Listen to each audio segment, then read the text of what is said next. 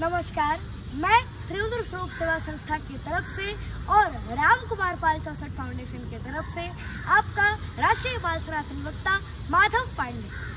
आज का विषय है रामचरितमानस एक महामंत्र है। गोस्वामी तुलसीदास जी की रचित महाकाव्य रामचरितमानस सिर्फ एक सुलझोपाई और दोहा ही नहीं, बल्कि यह एक महामंत्र है और मंत्र जीवन का एक सूत्र होता है। मानस की एक चौपाई को जिसने भी अपने जीवन में उतार लिया, मानो उसका जीवन सफल हो गया। और यह अद्भुत बात है, मर्यादा पुरुषोत्तम भगवान श्री राम चारों वेद की ज्ञाता थे, फिर भी विद्या प्राप्त करने के लिए उन्हें गुरु वशिष्ठ के पास जाना पड़ा, गुरु की सेवा करनी पड़ी और उन्हें गुरु की आज्ञा का पालन भी करना पड़ा तथा गुरु की आज्ञा से जीवन का आधारशिला रखने हेतु विवाह तक भी करना पड़ा। लेकिन यह सब संस्कारों से आता है और संस्कार संतों का साचर्य से बनता है। अतः मेरे पृथ्वी पर के भाव भक्तगण अपने बच्चों को संतों का साचर्य देकर मानस की पंक्तियां मंत्रवत धारण करना चाहिए। रामचरितमानस चेतना की जिस ऊंचाई का द्योतक है, उस ऊंचाई पर आज तक विश्व का कोई भी साहित्य नहीं पहुंच सका। कुरान और बाइबल में वही तत्व है, किंतु उसमें अंतर्निहित संदेशों को नहीं समझने के कारण विभिन्न संप्रदायों में संघर्ष की स्थिति उत्पन्न हो जाती है और यही अज्ञानता का लक्षण है। जैसे कि मिट्टी के किसी भी देवी देवता का आवाहन होता है और जब उसे मिला दे तो सब एक हो जाता है, किंतु मात्र बाहरी रूप अलग अलग है। अपने स्वरूप को मनुष्य केवल शरणागति से ही पहचान सकता है। अतः प्रेम पूर्वक भगवान नाम के स्मरण मात्र से ही प्रभु की कृपा प्राप्त हो सकती है। राम ही केवल प्रेम प्यारा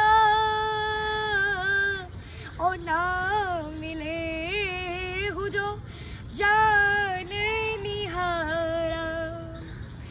गीता में अर्जुन का जो प्रश्न है, उससे भी ज्यादा ऊपर स्तर का प्रश्न मैया सती ने भगवान शिव शंभू से किया था।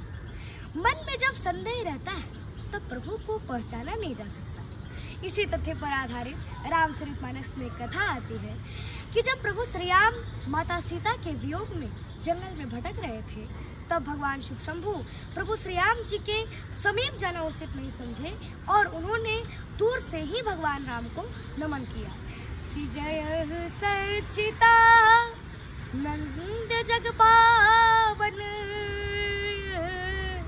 और हंस कही चले मनोज न श्रवण।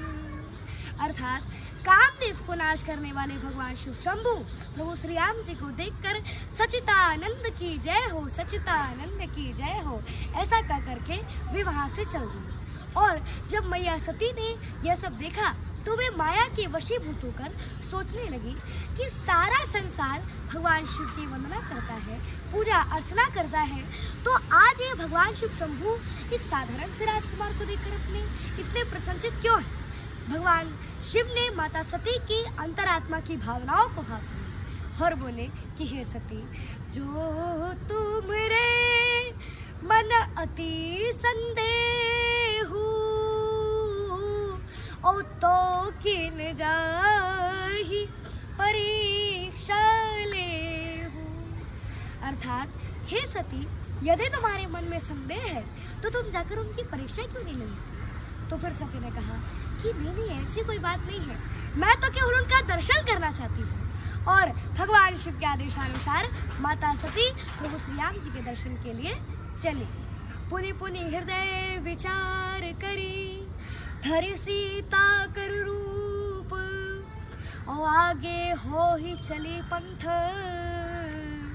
जहि आवत नरभूप।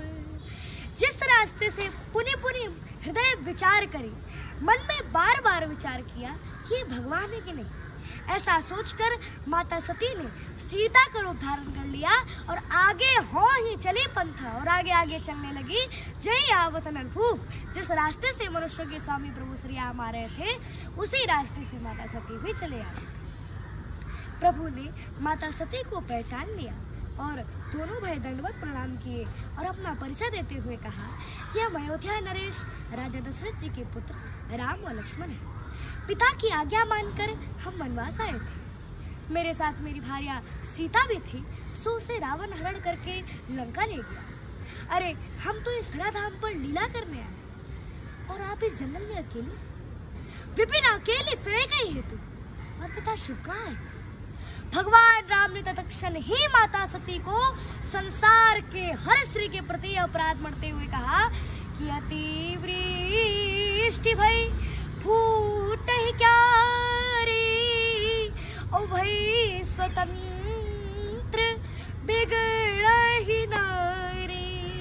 अर्थात हे माता, जिस तरह से अतिवृष्टि होने के कारण खेत की क्यारी टूट फूट जाती है, टेढ़ी मेढ़ी हो जाती है, नष्ट हो जाती है, उसी तरह से संसार की हर स्त्री को स्वतंत्र नहीं होना चाहिए, और जो स्त्री स्वतंत्र हो जाती है उसका चरित्र बिगड़ जाता है। अर्थात अगर आपके साथ में भगवान शिव शंभू होते तो आप में सीता का रूप धारण करने की बिल्कुल भी साहस नहीं होती, और अगर मैं आपको सीता समझकर आप में निपट जाता तो आप कहाँ की रहते? आज हमारा चरित्र ने आपको उछाल माता सती प्रभु श्री राम जी के समीप लज्जा के कारण पानी पानी। जय जय श्री राम। हर हर महादेव।